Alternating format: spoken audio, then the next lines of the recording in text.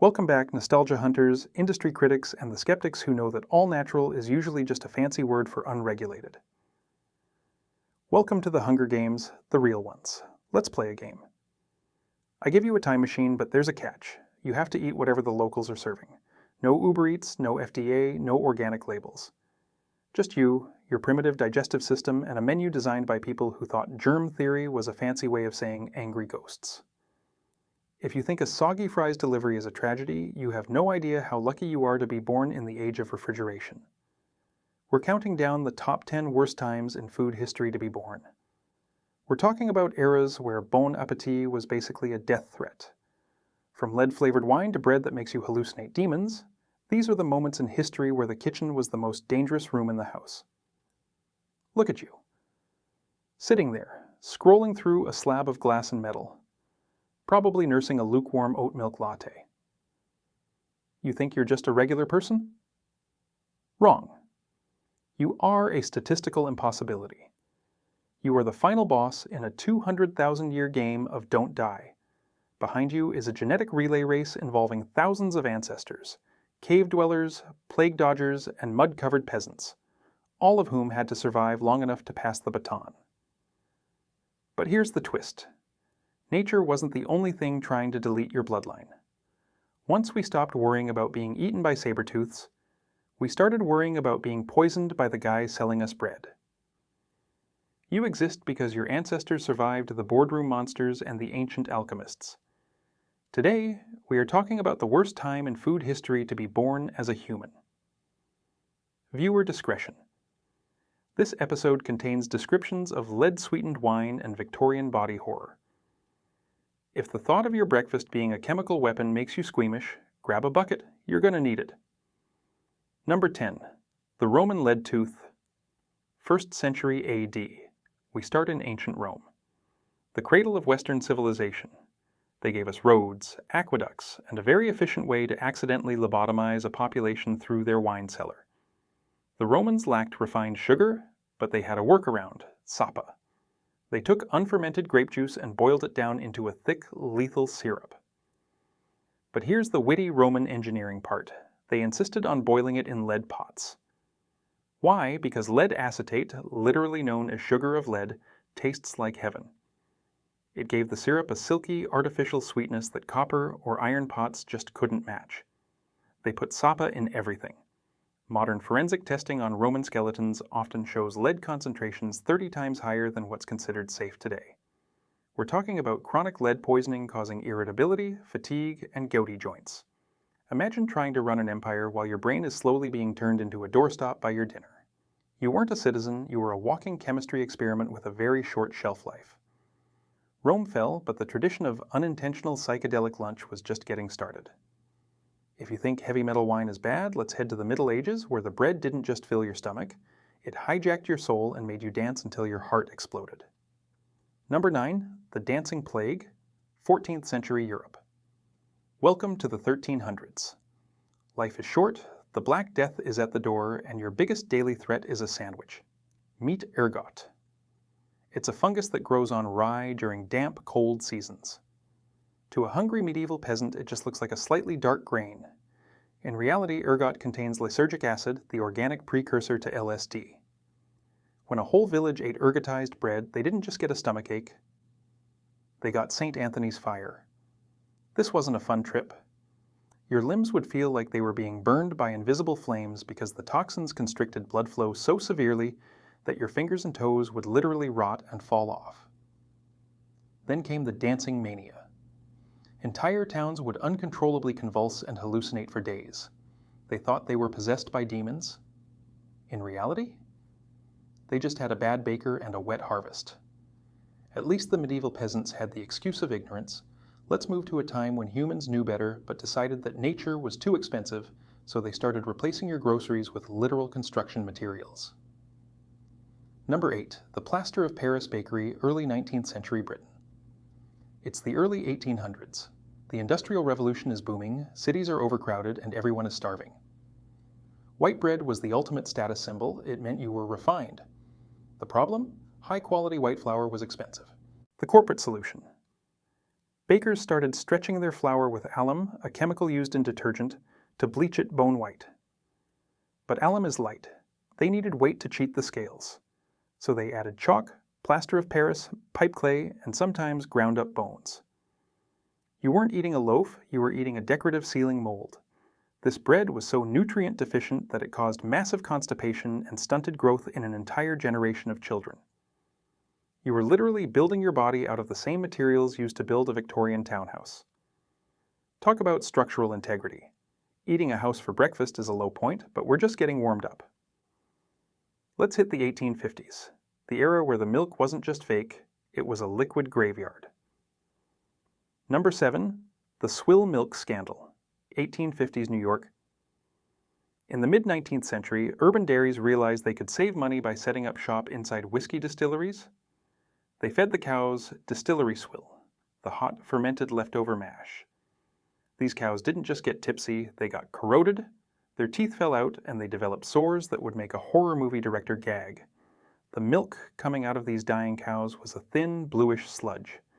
To make it look like premium cream, vendors added plaster of Paris to thicken it, starch for body, and formaldehyde to keep it fresh.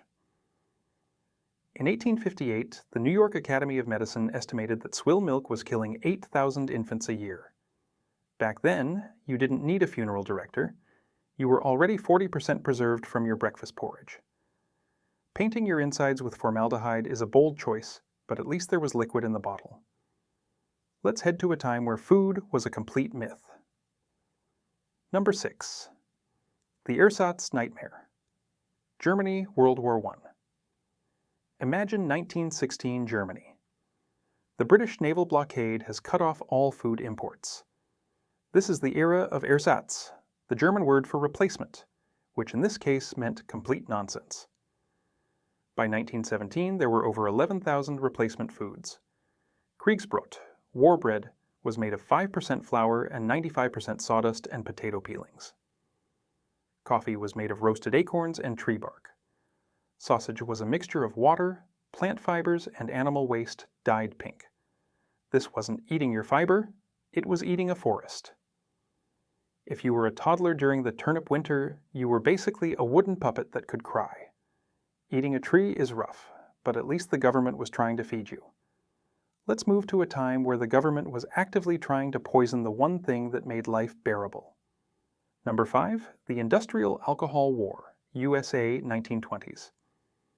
Prohibition didn't stop Americans from drinking, it just stopped them from drinking things that didn't kill them. Since people were stealing industrial alcohol, fuel/paint thinner, to make gin, the US government ordered companies to add denaturants. They added methyl alcohol, kerosene, and strychnine. The government knew people would drink it anyway. In 1926 alone, the Chemists' War killed over 1,200 people in New York. The rot gut caused permanent blindness and Jake leg, a form of paralysis where your feet just went limp. You'd walk into a speakeasy for a cocktail and leave with a cane and a glass eye. It wasn't happy hour, it was hazardous materials hour. Blindness is a high price for a martini, but we're entering the top 4. This is where food becomes a weapon of mass destruction. Number 4. The Holodomor. Ukraine, 1932 to 1933. If you were born in Soviet Ukraine in 1932, you entered a world of quotas. The Soviet government seized every grain of wheat and every cow to sell abroad for industrial gold. This wasn't a crop failure, it was a man-made famine. Police searched floorboards and graves for hidden grain. People were reduced to eating bread made of ground-up nettles. When that ran out, they ate their leather belts and the thatch off their roofs. By 1933, 25,000 people were dying every single day. In this era, dinner wasn't a meal, it was a miracle. If you saw a bird in the sky, you didn't admire its flight, you wondered if you had the strength to throw a rock at it. It's hard to top state-sponsored starvation, but in the 1950s, one man decided to declare war on birds, and the result was the deadliest oops in human history. Number 3, the Great Leap into Dirt, China, 1958 to 1962. Chairman Mao had an idea. Kill all the sparrows because they eat grain. Millions of people banged pots and pans to keep sparrows from landing until the birds literally died of exhaustion. With no sparrows, the locust population exploded and ate everything. What followed was the deadliest famine in human history. Between 15 and 45 million people died. To survive, people ate green earth, a type of soft clay. It felt like food, but it was indigestible. It stayed in the intestines until it literally blocked them, killing the person with a stomach full of dirt. You know your diet is bad when eating a handful of mud is considered a luxury upgrade. This wasn't farm to table, it was dirt to grave. Eating dirt is the absolute bottom, right? Almost. But there is one era that combines the lack of food with the most disgusting substitutes ever conceived by a desperate mind. Number 2. The wallpaper glue. Winter, Leningrad 1941 to 1944. For 872 days, Leningrad was cut off by the Nazis. If you were a baby born here in 1941, your baby food was a nightmare. The bread was 50% cellulose, cotton seeds, and floor dust. People discovered that the glue used to hold up their wallpaper was made from potato starch or animal bones. They would scrape the walls, boil the paper, and drink the soup. They ate library paste and boiled leather suitcases to make meat jelly. The daily ration was 125 grams of bread the size of a deck of cards. In Leningrad, redecorating your house meant eating the living room. It's the only time in history where a library was technically a buffet. What could be worse than eating wallpaper? The era where we didn't lack food, we just actively, scientifically, and legally turned our entire food supply into a slow-motion poison for profit. Number 1. The Gilded Age of Adulteration, 1880 to 1906. Here it is. The champion of culinary chaos. The turn of the 20th century. This is the number 1 worst time because you thought you were living in a modern world, but you were actually living in a giant, unregulated petri dish. Before the Pure Food and Drug Act of 1906, there were 0 rules. The meat. As exposed in Upton Sinclair's The Jungle, dead rats were swept into the sausage vats. If a worker fell into the rendering tank, they were processed into premium lard. The sweets. Candy was colored with red lead, arsenic, and copper. The honey. Mostly glucose and sulfuric acid. The peas. Boiled with copper sulfate to keep them vibrant green. This was the worst time because everything was a lie. Whether you were a millionaire or a pauper, you were eating borax-soaked ham and lead-painted peas. It was the peak of human greed meeting a total lack of oversight. You weren't a consumer. You were a walking toxic waste dump with a mustache. So, the next time you look at your processed snack and complain about artificial flavors, remember, at least there isn't any wallpaper glue or plaster of Paris in there? Probably. History proves that humans will eat almost anything to survive, and corporations will sell almost anything to make a buck. We live in the only era where not dying from breakfast is a standard feature, not a lucky break. If you're glad your milk isn't 10% formaldehyde, hit that like button. Want to see more deep dives into the dark side of history? Subscribe to Serial Killer's Historical Detective and join the Hounds of History. Comment below, what's the weirdest thing you've ever eaten? Because after this list, a gas station hot dog is starting to look like a Michelin star meal. Stay hungry, stay curious, and for the love of history, check the ingredients.